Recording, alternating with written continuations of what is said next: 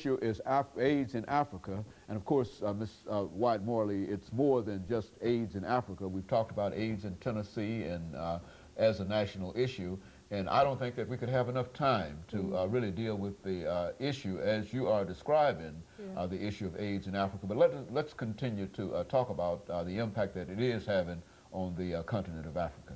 Well, I brought the pictures by for you to look at and share with. And of course, these are some of the images from your trip to Africa. Exactly. Now, what you're looking at now are pictures from a clinic that we visited, as obviously this woman is pregnant. They allowed us to go into the maternity ward. So we were we walked straight in off the street, straight into the maternity ward. And then the next pictures show, I'm sure that those are the babies.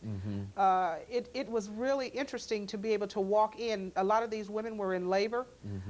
This is a ward, a clinic, a very, very small clinic, of which I intend to continue to support. And I am asking for the community to send donations, care of us, so we can send those donations to that clinic. This clinic is in need of everything. They need everything. As I said, we walked in off the street, straight into a maternity ward. There was no sanitary anything. There was no sterilization of anything. These women were in labor, babies being born while we were there. This clinic is in great need. So as I said, and this clinic is in Nigeria, as I said, there is a profound need in Nigeria.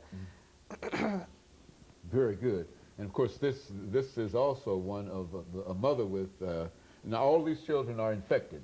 I mean, all of these women are infected. Is that? Well, the woman that you're holding up now is one of the nurses holding one of the children that had just been born just that day.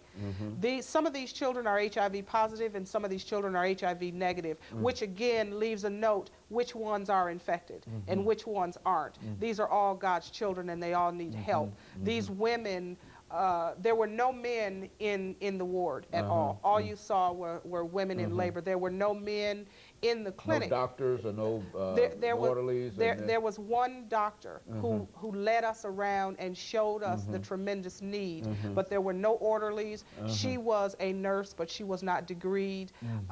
This clinic needs so much help. There wasn't enough linens. There weren't enough beds. There were women in labor that were sitting on benches. This clinic, it's a wonderful clinic. They try so hard with the small amount of things that they have. They just really, really need our support. We want to send them medicine. We want to send them money to be able to buy the things. We want to send them just sheets and bedding, the things that we take for granted here. Stethoscopes, they don't have those kinds of things. As I said, just the small things that we take for granted here, those people at that clinic really, really need it. Those women had nothing. What has been the government's response to this?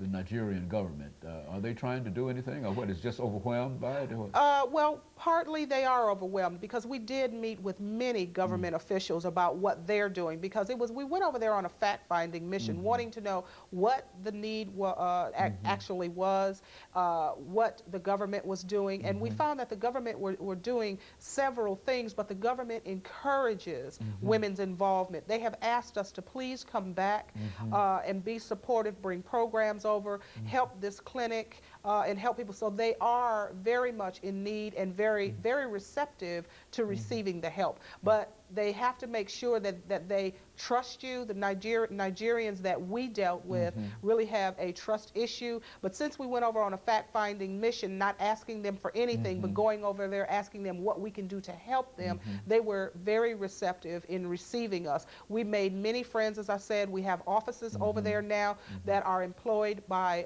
Nigerians. And so we're really, really encouraging people here in the state of Tennessee to get involved with women so we can further help those people, because the need is absolutely tremendous.